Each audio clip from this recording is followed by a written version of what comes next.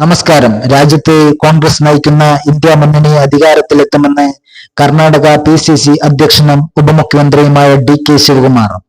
രാജ്യത്ത് ഭിന്നിപ്പിന്റെയും വെറുപ്പിന്റെയും രാഷ്ട്രീയം കലർത്തുന്ന മോദിയുടെ നേതൃത്വത്തിലുള്ള BJP സർക്കാർ വരുന്ന ലോക്സഭാ തെരഞ്ഞെടുപ്പിൽ തകർന്നടിയുമെന്നും കോൺഗ്രസ് നയിക്കുന്ന ഇന്ത്യ മുന്നണി 300-ലധികം സീറ്റുകൾ നേടി കേന്ദ്രത്തിൽ അധികാരത്തിലെത്തുമെന്നുമാണ് DK ശിവകുമാർ മാധ്യമങ്ങളോട് പറഞ്ഞത്. വരുന്ന ലോക്സഭാ തെരഞ്ഞെടുപ്പിൽ ദക്ഷിണേന്ത്യയിൽ നിന്നും കോൺഗ്രസ് 100ഓളം സീറ്റുകൾ നേടുമെന്നും കർണാടകയിൽ നിന്ന് 20-ലധികം സീറ്റുകൾ ഉറപ്പായും കോൺഗ്രസ് നേടുമെന്ന് DK ശിവകുമാർ പറഞ്ഞു.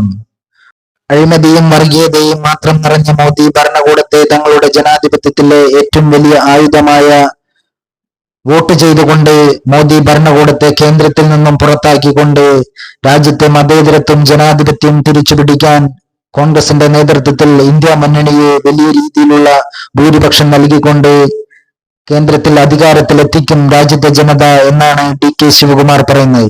DK ശിവകുമാറിന് ശക്തമായ പിന്തുണയുമായി കർണാടക മുഖ്യമന്ത്രി സിദ്ധരാമയ്യയും രംഗത്തെത്തി.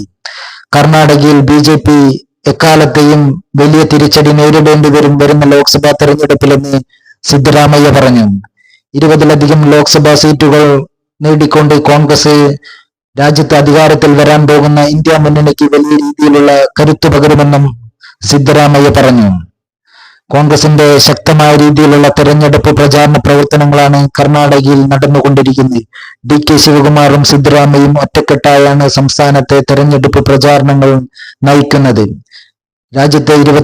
സംസ്ഥാനത്തെ 28 ലോക്സഭാ മണ്ഡലങ്ങളിലും ശക്തമായ രീതിയിലുള്ള പോരാട്ടത്തിനൊരുങ്ങുകയാണ് DKയുടെയും സിദ്ധരാമയ്യയുടെയും നേതൃത്വത്തിൽ കോൺഗ്രസ്.